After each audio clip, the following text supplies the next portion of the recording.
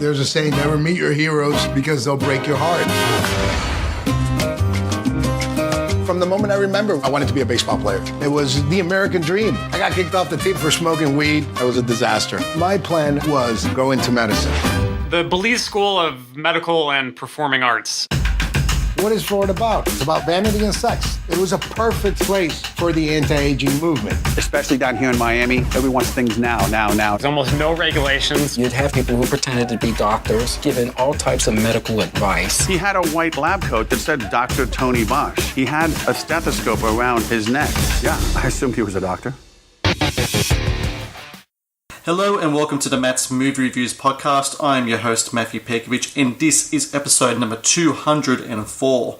Available now on video on demand is Screwball, a fascinating and entertaining documentary that focuses on the biogenics doping scandal that engulfed Major League Baseball in the early 2010s. Filled with larger-than-life characters in a story that's stranger than fiction, Screwball is a home run of a documentary that should be seen by everyone. And joining me now to talk about Screwball is the film's director, Billy Corben. Billy, I thank you very much for joining me today.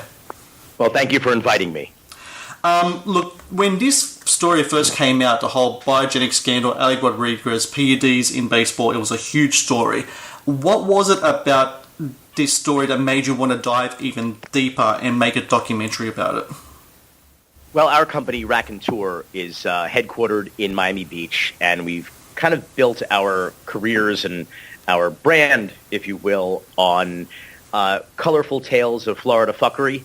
And there are few tales as colorful or as uniquely Miami, really an only in Miami kind of tale as the biogenesis steroid scandal was, because ultimately, of course, everybody leads with Alex Rodriguez, and why not? He is one of the most famous people in the world, certainly one of the greatest baseball players of all time, and in fact, the highest paid baseball player of all time. But when you really drill down into it, this story is such a great Elmore Leonard, Carl Hiaasen, Coen Brothers-esque story about ultimately the fact that the career, I should say, of the highest paid baseball player of all time effectively ended over a $4,000 debt between a cocaine-addicted fake doctor and his fake tan-addicted steroid patient. And A-Rod was really just kind of collateral damage in this uniquely Miami scandal.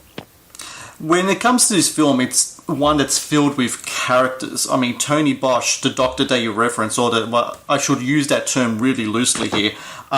He was describing the PEDs. You have Porter Fisher, who was the whistleblower. You got all these other shady characters thrown into the mix.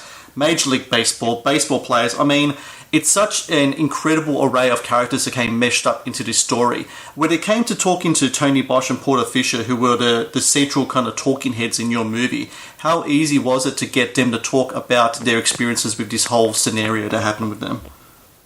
Well, they actually approached us individually of each other, of course. As you're aware, they are mortal enemies. They're not just not friends; they're mortal enemies. And so, literally within from about November of 2014 through January or so of 2015, both of them had reached out to us just by pure coincidence. And so, again, being Miami Beach based, being known for Cocaine Cowboys, the ESPN 30 for 30, some uniquely Miami stories, they sought us out and wanted to talk to us about doing a documentary. And so we were obviously very interested when you have the central figures in an international scandal, one of the biggest scandals in the history of Major League Baseball. You definitely pay attention and try to figure out how to make it work. I mentioned in my intro how this story was stranger than fiction. You mentioned the whole kind of Miami aspect to it. How much of the environment of Miami has an influence of this story? Because look, I haven't been there. You are from that era. That's your part of the world.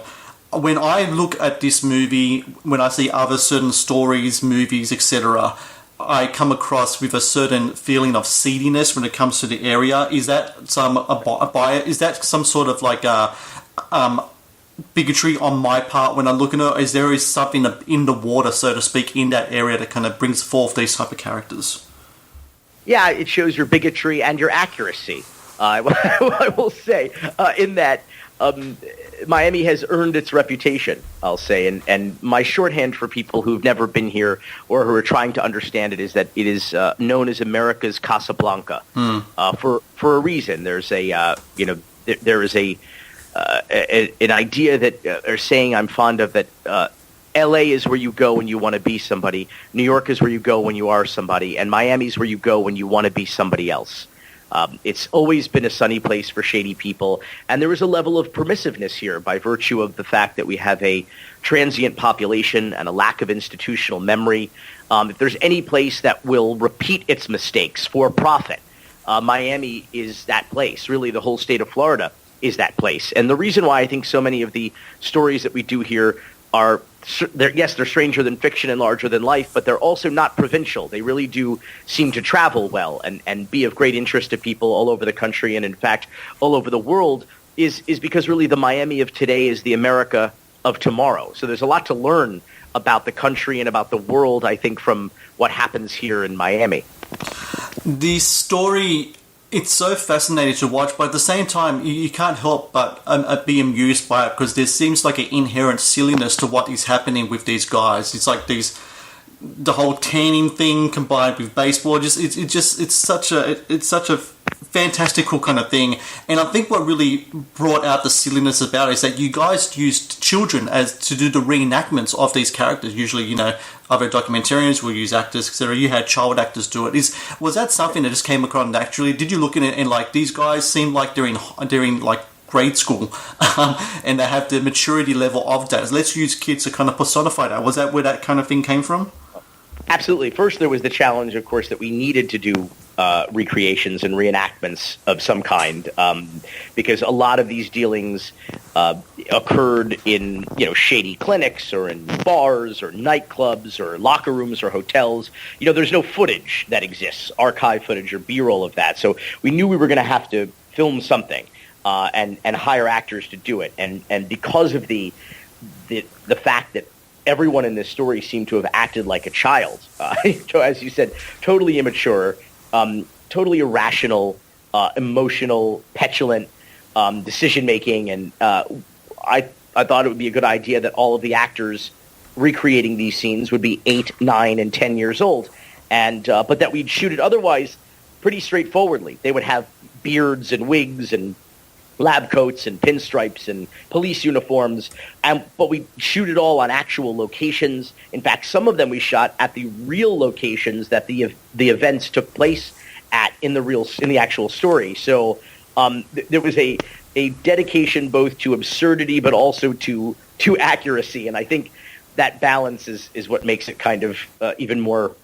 fun, and certainly highlights the screwball comedy and farcical nature of the tale itself. Much like your previous film, Cocaine Cowboys, you were dealing with a story filled with seedy characters, even like criminals in there as well. But not only that, you also on one hand have Major League Baseball. You have these huge kind of baseball stars, Ali Rodriguez being one of the main focal points. When it comes to investigating this story and exposing things about these characters, is there any kind of fear of ramifications from any of these elements whatsoever, or are you secure, you have the truth by your side, and look, as long as it's out there, no one would dare try to make any type of approach whatsoever? Because I don't know about you, but for myself, if I'm dealing with anything, considering some of the seedy nature of some of these people, I might be a little afraid of any type of ramification that might come my way.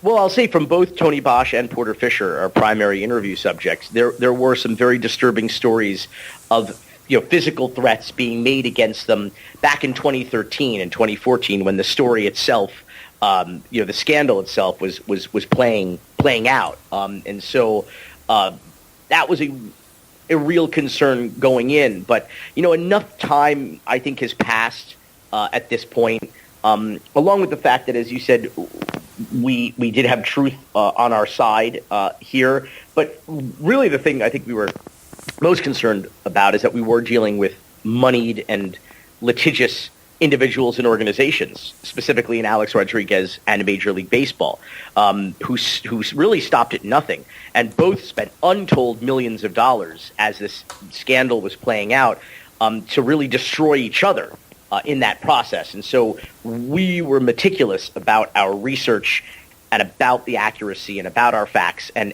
in nearly 20 years of making documentaries, this was one of our most intensely researched projects that we've ever done. We made sure that everything was as accurate as it possibly could be, and was meticulously vetted. I mean, we got access to documents that had never been released publicly before, some of which was sworn testimony, to be able to verify the information that we would be reporting in this documentary.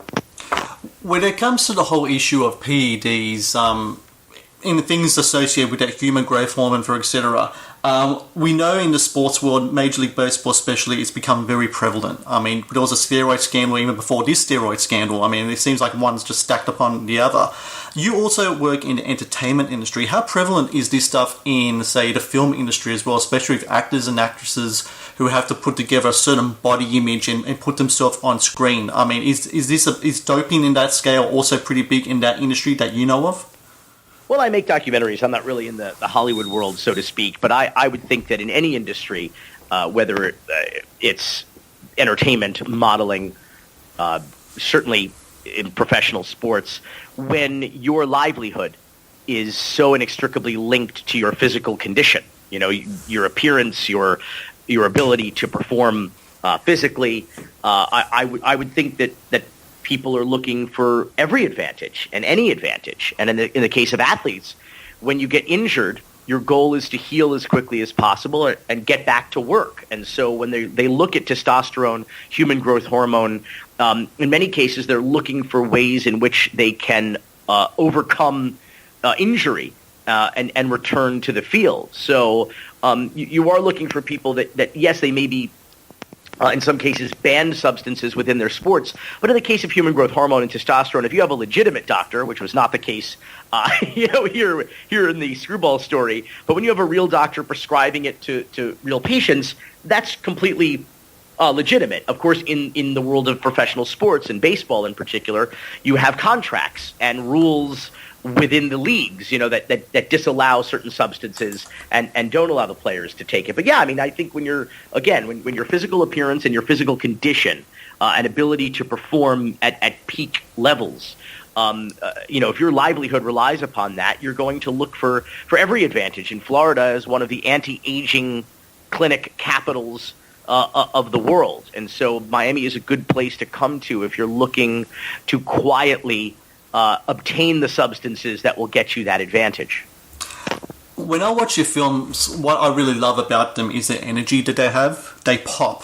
And I think a lot of that comes down to the pacing of your movies. Your editor, David Sipkin, he also worked with you on Cocaine Cowboys.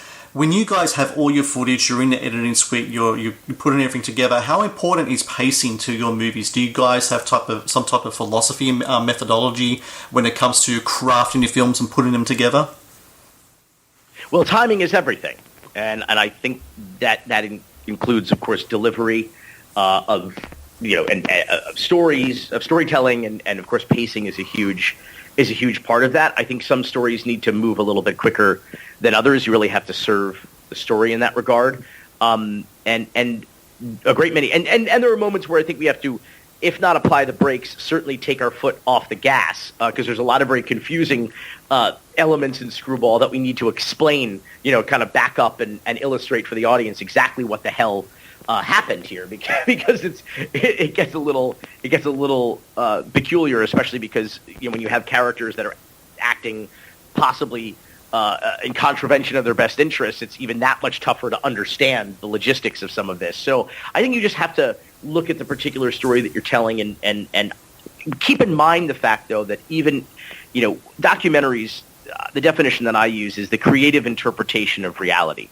So yes, it may be a real story, but every decision that you make in the process from start to finish is subjective, is a creative interpretation. Whether it's what you're including in the four corners of your frame, that is creative and subjective. Whether it's what makes it into the edit or doesn't make it into the edit, that's creative and subjective, whether it's how quickly you're, the pace of your story, that's creative and subjective. So it's not going to be all real. The goal is to tell as much of the story as you can, as accurately as possible, but keep in mind the fact that you're still attempting to craft a piece of popular entertainment. You're still looking to keep an audience engaged in your story, whether it is a comedy or a drama or an action movie, or in the case of Cocaine Cowboys, a gangster movie. And so I think you have an obligation to craft something that will be watchable and that an audience will stick with for the running time. And so I think the pacing, the scoring, the style in which you shoot, the interviews,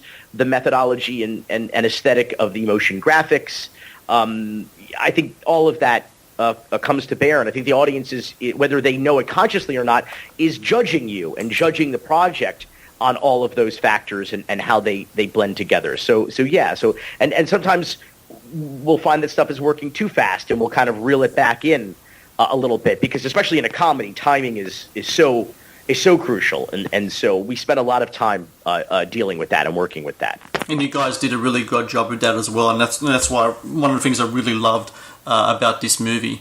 When it comes to you guys diving in, you're getting all the information, you interviewed Tony, you interviewed Porter. What was there an element in this that you did not see coming that really shocked you? Because I don't know about you, Billy, but the whole Major League Baseball aspect of it, especially they're kind of like their investigative arm, which kind of like they kind of put it on the front of this very kind of serious kind of like FBI-like kind of thing. I found both really funny and stunning at the same time. What about you, Billy? What was it that really kind of shocked you or took you aback when you were investigating this movie and you were unearthing all this information? Well, I will say we had the advantage of this. Hello? Before Tim Elfrink, who we interview in the documentary, and his co-author, Gus Garcia Roberts, they had written an incredible book called Bloodsport, A-Rod and the Quest to End Baseball's Steroid Era. And so we had the advantage of their journalism before us, and their research. And, so a lot of these facts we were aware of. But as you get into it and you interview firsthand, get the firsthand accounts, the first-person accounts of the fuckery that occurred down here, I would agree with you. I think the conduct on the part of Major League Baseball was particularly galling. They came down to Miami and they just acted like a fool, and Keystone Cops, really, and I would say that was pretty disappointing, although I also like to say that if you come down into the swamp, you're bound to get some mud on you. And that's really what happened with Major League Baseball. They felt that they were an environment, they had a lot of former cops in this internal investigations division, which is like their own FBI, that was formed after you referenced an earlier steroid scandal, the Balco scandal, followed by the Senator Mitchell's report on steroids in baseball. And so they formed this division, and many of their investigators were former police officers who really didn't feel as though they had to behave with any kind of code of conduct or even within the laws of a given state.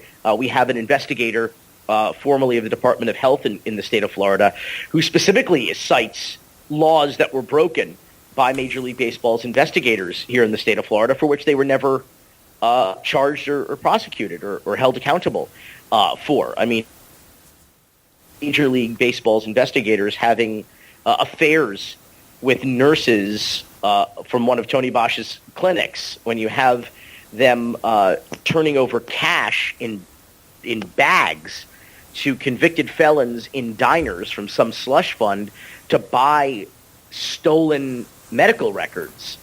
You have something that transcends fuckery and starts to enter the realm of illegality. And when you have the head of that investigation is Rob Manfred, who was the second in command to the then commissioner, steroid commissioner, Bud Selig, who and now is the commissioner of baseball. It's pretty disappointing it really does not do much to dispel the idea that that in America or in this world that the rich and powerful can get away with anything they want. I know here in Australia we had a cheating scandal with cricket. Cricket in very much is our equivalent to what baseball is over in America. It is it essentially is one of like the sport of our nation. When that happened here, I know it affected the psyche of the nation here. I mean, there's just something about sports and its citizens. There's that link there. After all these kind of steroids cases, especially this latest one with the PEDs, Ali Rodriguez, etc., what do you think that's done to the psyche of the nation of a whole? I mean, is baseball still America's favourite pastime, or has all these scandals kind of just watered that down and flushed that all away? I think the whole world now knows that America's pastime is lying, cheating, and stealing. And so I think that baseball is simply a reflection of that. Is it any shocker that what we know as America's pastime, baseball, is filled with lying, cheating, and stealing? It shouldn't be. That's how the game is played, and that unfortunately is the message that we're sending to our children. And in this very toxic era, that I think it will take generations to fully comprehend the damage that we're doing if we survive it at all.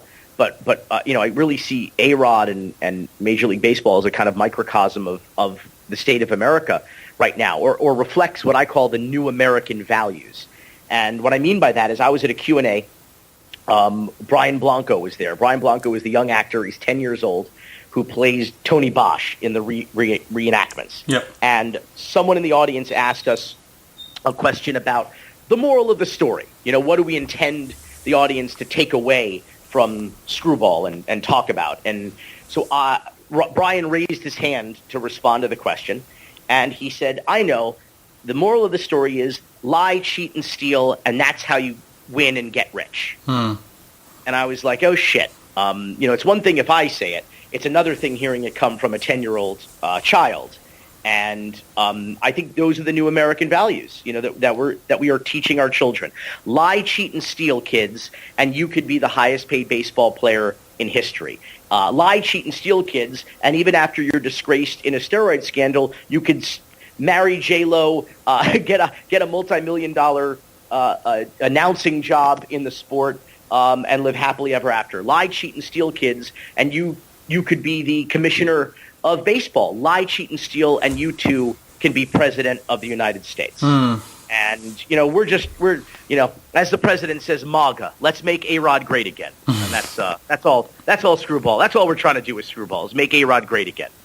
Well, I tell you what, it's a fantastic documentary, Billy. I think you guys really outdid yourselves here. I would urge everyone to watch it. It's now available video on demand. Screwball, whether a baseball fan or not. I am not a baseball fan, but I love documentaries, and this was one of the best documentaries I've seen so far this year. Billy Corben, I thank you very much for joining me today. I know you have a very busy schedule. I'll let you go now, and once again, congratulations with the movie.